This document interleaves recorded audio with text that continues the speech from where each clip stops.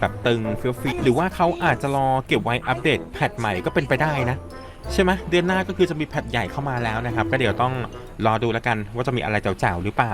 แต่ถ้าใครเพชรหมดก็อย่าลืมไปที่ Richman Shop นะฮะเติมเพชรรอแพทใหม่ถูกเข้าไวผ่อนได้มีเงินคืนด้วยนะครับกดที่ลิงก์ข้างใต้คลิปนี้ได้เลยนะจ๊ะมาลงกันที่เมืองเพชรวันนี้เราเบียวเป็นนักแข่งเฮ้ยลงมานี่ได้ M590 ก่อนเลยตามโจทย์ตามบีฟโอเคนักแข่งมันต้องเล่น M590 ใช่ไหมเล่นปืนอย่างอื่นไม่ได้หรอ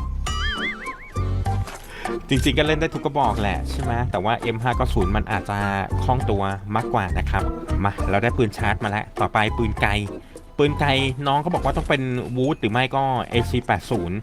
เดี๋ยวค่อยๆหากันปาระเบิดรอไว้ก่อนเผื่อมีผู้โชคดีเดินมาเหยียบขาขาดนะจ๊ะเฮ้ยแล้วใครยิงกันไปหนึ่งไปสอง